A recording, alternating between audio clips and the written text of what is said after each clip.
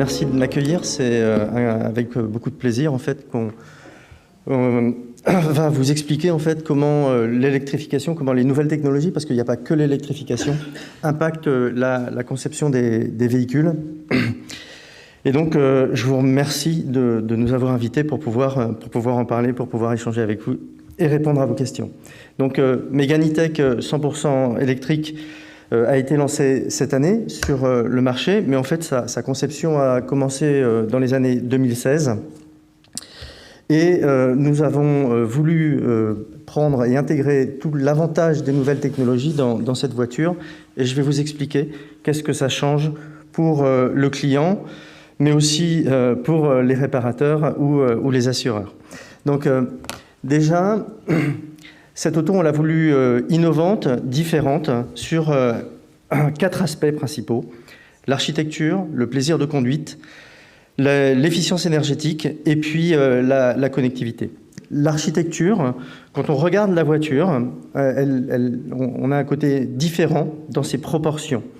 Tout simplement, quand on fait une voiture électrique, les éléments de la chaîne de traction électrique sont très différents de ceux d'un véhicule thermique et leur taille n'est pas la même. Par exemple, le moteur est beaucoup plus petit. En ayant un moteur plus petit, on peut faire un compartiment moteur qui est bien plus petit qu'une voiture thermique et agrandir l'espace entre les roues pour donner plus d'espace à l'habitacle. Donc, même chose, on doit intégrer une batterie à l'intérieur de la voiture et donc cette batterie, on l'installe entre les roues, sous le plancher et ça génère un certain nombre de contraintes, mais ça génère aussi des avantages parce qu'on n'a plus de pot d'échappement à faire passer dans la voiture, donc on n'a plus besoin de tunnel, le fameux tunnel que vous avez qui gêne généralement les pieds des passagers à l'arrière.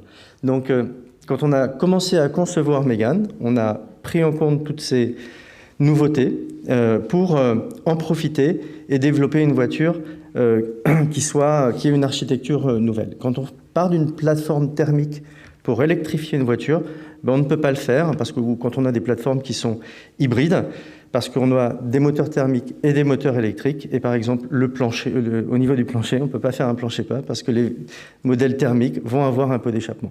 Donc le fait de concevoir une voiture dédiée à l'électrique nous permet d'avoir certains avantages et on a voulu en faire bénéficier nos clients. Donc des avantages au niveau du style aussi, parce que quand on voit Mégane, et Mégane a été plébiscité par son style, le style plaît, on a aussi quelques attributs que l'on peut faire, comme par exemple mettre des grandes roues. Les grandes roues donnent un côté très dynamique à un véhicule. On a des roues de 20 pouces sur Mégane, et ça on a pu le faire aussi parce qu'on a pu, grâce au compartiment moteur qui est plus petit, les longerons, les éléments de structure qui soutiennent le moteur, on les a rapprochés et ça nous a permis d'installer des grandes roues et d'avoir un style beaucoup plus dynamique. Donc voilà pour l'architecture, mais la Mégane est aussi très différente dans son intérieur.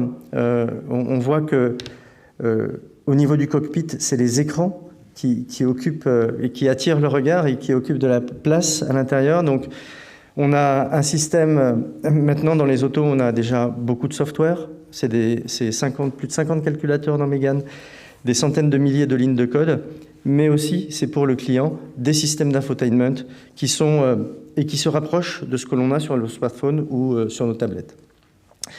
Ces systèmes d'infotainment sont bien sûr connectés à la voiture pour offrir de nouveaux services aux clients. Par exemple, quand vous programmez un trajet sur Mégane, Mégane vous dira où vous devez vous arrêter pour pouvoir recharger la batterie en fonction du trajet, des conditions de température, de la disponibilité des bornes.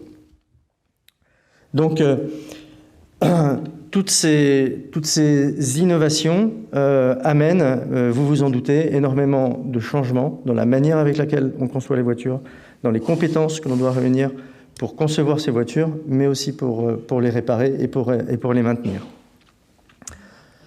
Alors, autre élément aussi très important, et je vais insister beaucoup sur la sécurité, parce que la sécurité était une préoccupation permanente quand on conçoit une auto. Mégane a 26 ADAS pour garantir la sécurité des occupants et éviter les accidents. Certains ont été cités par l'interlocuteur précédent, ça va de l'aide au maintien de ligne, mais aussi de systèmes de freinage d'urgence quand la voiture détecte que l'on va avoir une collision, et c'est la voiture qui prend la main et qui stoppe le véhicule pour éviter d'avoir l'accident. Mais c'est aussi des systèmes qui vont aider le conducteur, qui vont soulager l'attention du conducteur et qui vont lui permettre aussi de diminuer sa fatigue, et ça c'est particulièrement important en cas de longue distance. Alors, de façon concrète, je vous disais que l'architecture était différente. Vous voyez que dans une voiture de 4,20 mètres, Mégane fait 4,20 mètres, la précédente génération faisait 4,35 mètres. On a un habitacle qui est plus grand que celui de la Mégane de l'ancienne génération. Tout simplement, comme je vous ai dit tout à l'heure, on a réduit la taille du compartiment moteur à l'avant parce que le moteur est plus petit qu'un moteur thermique. Et on a agrandi l'espace entre les roues pour le bénéfice des clients, mais aussi ça nous permet d'installer une grande batterie, et je vais vous en parler. Donc la plateforme de Mégane, la structure de Mégane est donc dédiée aux véhicules électriques. Là, vous voyez les dessous de la voiture avec la batterie plate qui est intégrée entre les roues, et puis le compartiment moteur. Autre élément que vous voyez en noir juste derrière le moteur, le climatiseur qui est habituellement positionné dans le cockpit à l'intérieur de l'habitacle. On l'a transféré dans le compartiment moteur, ce qui nous a permis de gagner de l'espace également, de rendre de l'espace aux clients et d'installer une planche de bord plus fine et des rangements supplémentaires dans l'habitacle. Ça, c'est aussi possible par la plus grande compacité des éléments techniques du véhicule électrique. Alors, dans cette plateforme, vous voyez qu'on installe une batterie au centre. Et au niveau structurel, ça change beaucoup de choses pour le véhicule. Vous voyez ici une représentation du schéma de structure inférieur en fait, du soubassement de la voiture. Avec, dans une voiture traditionnelle, vous voyez en jaune ce que l'on voyait sur les BMW tout à l'heure, c'est les longerons. En fait, c'est des éléments métalliques par lesquels on va passer des efforts en crash. Et dans une voiture traditionnelle, vous voyez que à l'avant, les longerons sont plutôt écartés, proches de l'extérieur de la voiture pour pouvoir loger le grand moteur. Et puis, ensuite, la structure est plutôt centrale au niveau du véhicule. Quand il a fallu installer des batteries dans des plateformes qui étaient initialement des plateformes thermiques, en fait, ce qui a été fait, c'est élargir un petit peu les voies de passage d'effort au niveau central, et installer une batterie qui n'était pas structurelle, qui ne participait pas au crash, au passage des efforts quand on avait un accident. Ce que l'on a fait avec Mégane et avec une plateforme dédiée à l'électrique, déjà, vous voyez que on a rapproché les longerons pour pouvoir installer de grandes roues, par exemple, mais aussi on a écarté les voies de passage d'effort et on se sert de la batterie pour rigidifier la structure en cas de crash. Le bénéfice, il est important parce que ça permet d'embarquer une plus grosse batterie et donc une plus grande quantité d'énergie et donc d'avoir une autonomie qui est plus importante. Alors, qu'est-ce que ça donne en crash? Et là, vous avez l'exemple d'un choc poteau, qui est un choc qui est particulièrement intrusif, puisqu'en fait, on a une faible surface sur laquelle on doit passer énormément d'efforts. Vous voyez que dans une plateforme traditionnelle, comme la batterie n'est pas structurelle, on a un enfoncement qui est un petit peu plus important, et donc on est obligé de réduire la taille de la batterie pour que la batterie ne soit pas impactée en crash. Vous savez que c'est extrêmement important de ne pas dégrader la batterie lors d'un crash. La batterie de Mégane étant structurelle, c'est-à-dire qu'on a mis des traverses, on a mis des renforts à l'intérieur de la batterie qui nous permet de faire passer les efforts de l'autre côté du véhicule, et donc c'est l'ensemble de la structure qui participe au crash, les deux côtés du véhicule, si je le dis comme ça, et non pas un seul côté. Et donc cet élément-là est particulièrement important. Évidemment, vous imaginez, quand vous voyez ces schémas, que la manière de concevoir l'auto, elle est complètement différente. Et pour la réparation, vous allez avoir des éléments qui ne sont pas aux endroits ou qui sont différemment dimensionnés par rapport à ce que vous voyez sur un véhicule thermique. Alors, je vous ai dit que... Donc j'ai parlé d'architecture, là, et l'impact du véhicule électrique sur l'architecture. Je vous ai dit que Mégane était efficiente, on la voulait efficiente, une voiture qui n'émet pas de CO2, mais aussi qui ne gaspille pas son énergie. On a beaucoup travaillé la thermique de la voiture, et c'est essentiel pour les véhicules électriques, avec des systèmes qui sont innovants. Ça nous permet, avec 60 kWh de batterie, d'obtenir une autonomie de 470 km. Ça fait 12,8 kWh au 100 km, ce qui est une excellente performance comparée aux autres. Pour obtenir ce résultat, c'est un travail sur l'ensemble des éléments. C'est de l'aérodynamique, bien sûr. C'est de l'allègement. L'interlocuteur précédent expliquait l'impact de l'allègement sur la complexité des matériaux que l'on utilise pour concevoir les voitures et la multiplicité des matériaux que l'on utilise pour concevoir les voitures. On a dans Mégane beaucoup d'acier à très haute limite élastique. On a aussi des aciers emboutis à chaud parce que on doit gérer les contraintes de crash, et les voitures électriques sont plus lourdes que les voitures thermiques. Ça a été dit précédemment. Mégane est légère. Mégane est une voiture légère qui fait 1620 kg exactement. Ça a été un travail de tous les instants. C'est 100 kg, plus de 100 kg de moins que son compétiteur germanique, qui fait à peu près la même taille, et dont je ne dirai pas le nom, mais que vous connaissez bien sûr. Donc un gros travail d'allègement pour avoir une voiture qui soit économe et qui ne gaspille pas l'énergie qu'elle embarque. Ensuite, comme tous les véhicules électriques, donc on a maintenant de la charge, enfin comme la majorité des nouveaux véhicules électriques, on a aussi de la charge rapide avec des chargeurs 130 kW, ce qui nous permet de faire des trajets autoroute avec 2 heures de route et puis 30 minutes de charge globalement quand on roule sur Mégane et qu'on fait de la longue distance, c'est ce que l'on fait. C'est des technologies qui sont nouvelles, c'est de l'électronique de puissance. Donc c'est aussi impactant en termes de conception et en termes de réparation. Je fais un zoom sur la batterie parce que la sécurité est toujours pareil, j'en parle beaucoup, mais c'est un fondamental, et ça amène des contraintes supplémentaires. On a de la haute puissance puisqu'on a du 400 volts dans nos autos. Donc avant d'intervenir sur un véhicule, il faut la mettre en sécurité, il faut débrancher la batterie.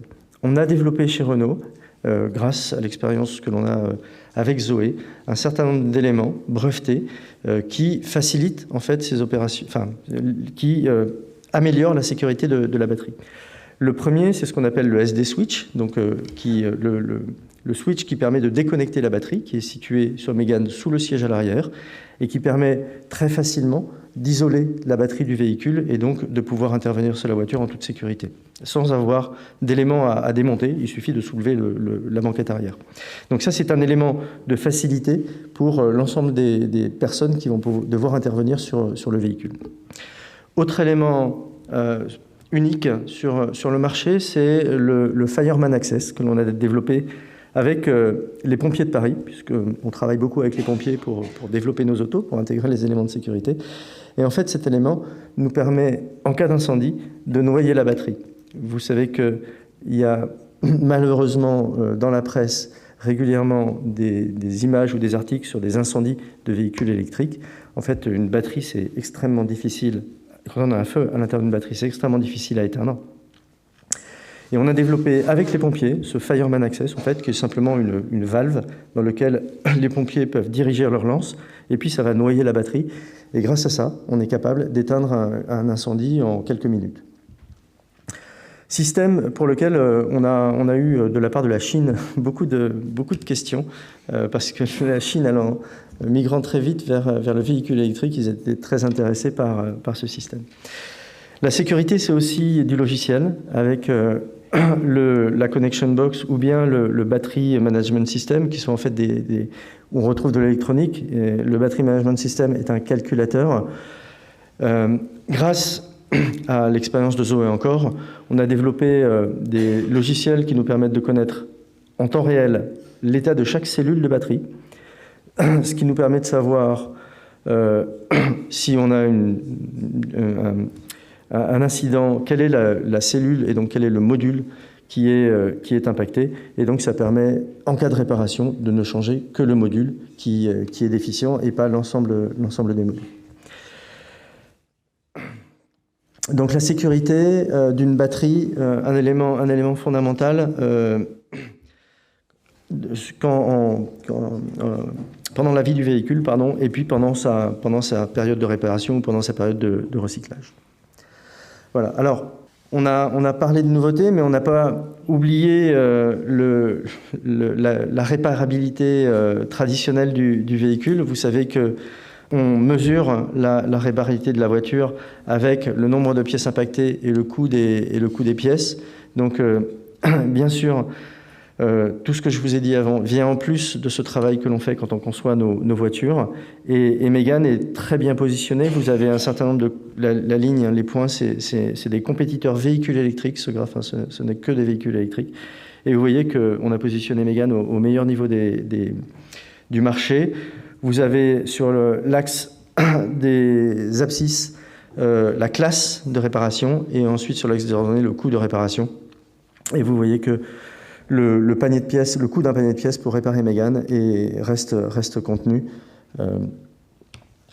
Voilà. J'ai fini pour cette présentation. Je pourrais vous en parler des heures. Mais voilà, ce qui est important, c'est d'échanger aussi. Vous avez peut-être des questions auxquelles je peux répondre, que ce soit des questions sur l'usage de la voiture ou des questions sur la réparabilité. Et je vais demander... Tu veux venir pour les questions qui sont plus liées aux assurances? Je suis venu avec Clotilde qui m'aidera à répondre s'il y a des questions qui sont plus techniques relatives à l'assurance. Bonjour à tous, je ne sais pas si vous m'entendez correctement.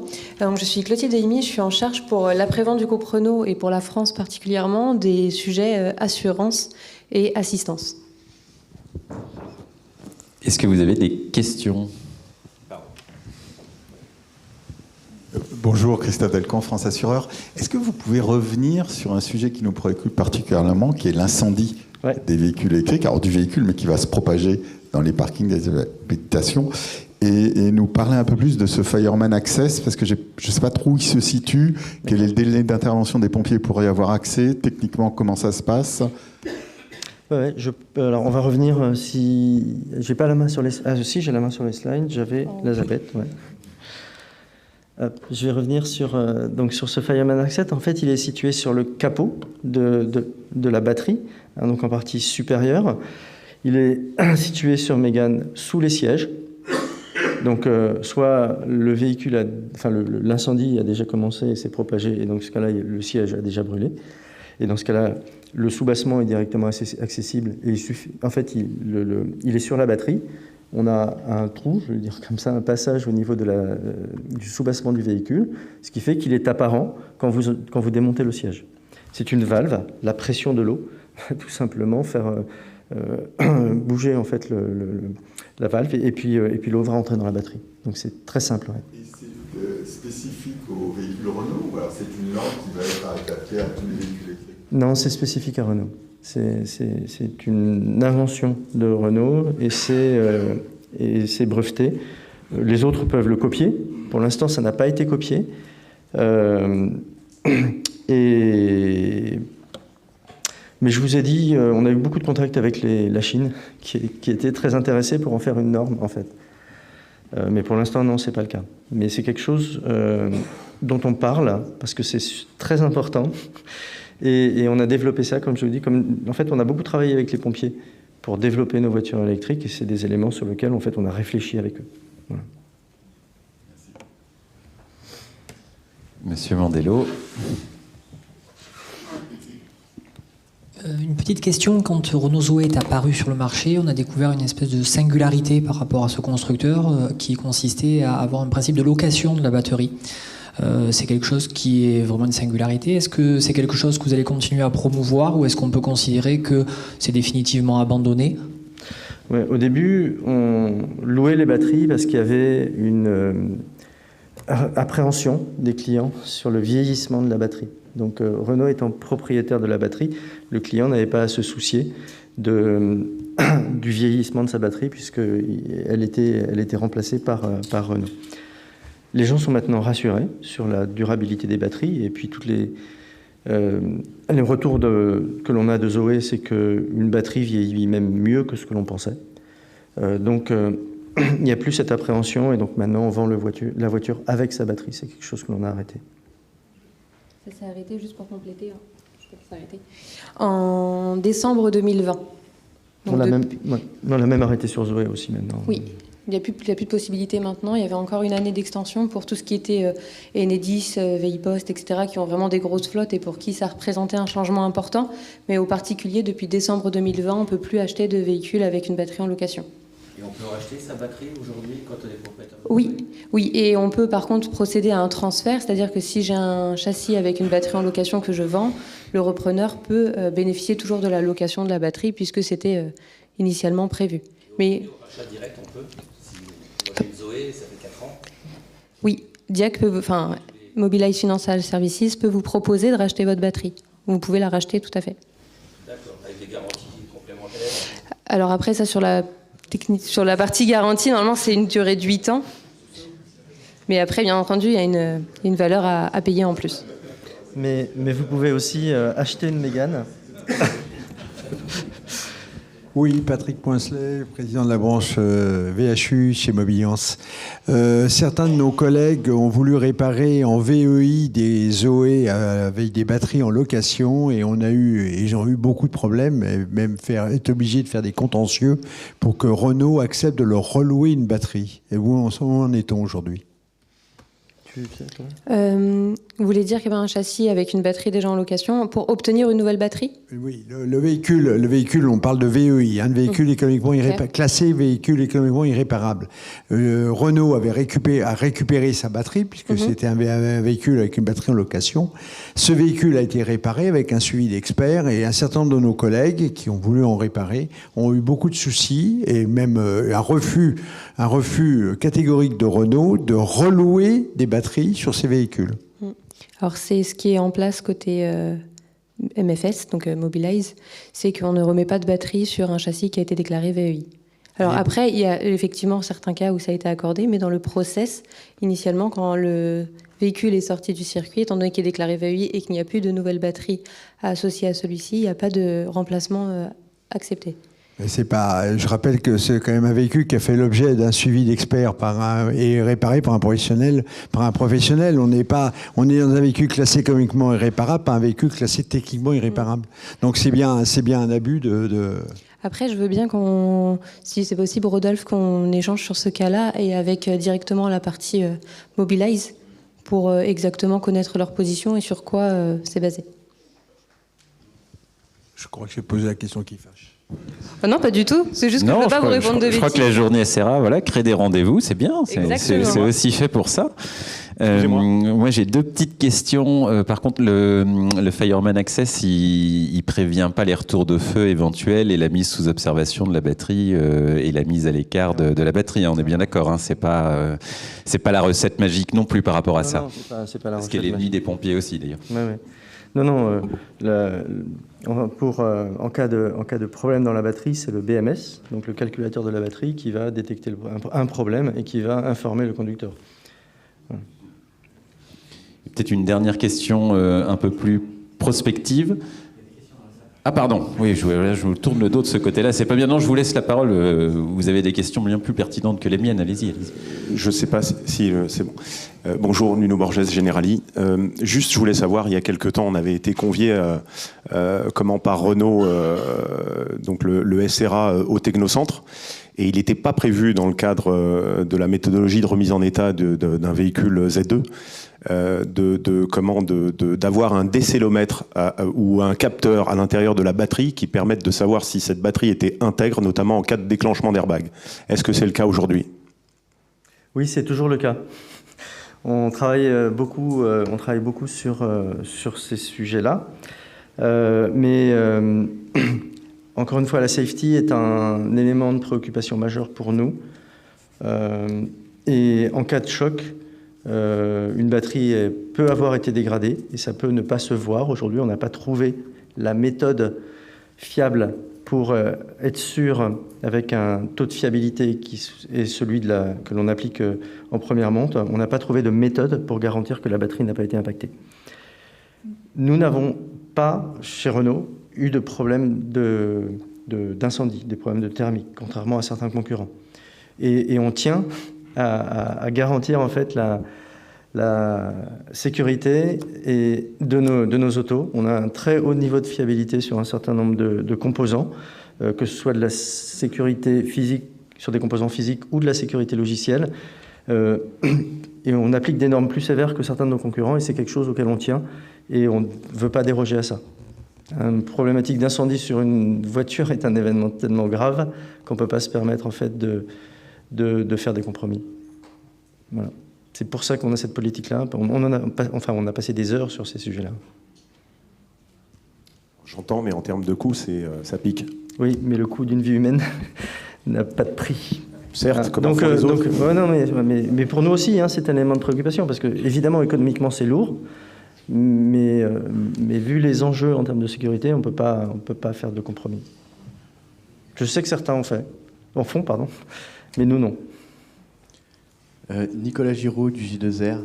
C'est une question que j'aurais pu poser à l'intervenant précédent, mais je pense que votre réponse va être intéressante. On entend de plus en plus parler du rétrofit. C'est même un sujet qui est repris. Alors, il y a des acteurs qui se positionnent, c'est repris au niveau politique, etc., etc. Quelle est votre position sur ce dossier? Qu'est-ce que ça peut changer pour vous, constructeurs, et qu'est-ce que ça peut changer pour la réparation des véhicules? Quand vous dites rétrofit, c'est le rétrofit de véhicules thermiques en électrique. En électrique. Alors, nous, on ne le fait pas.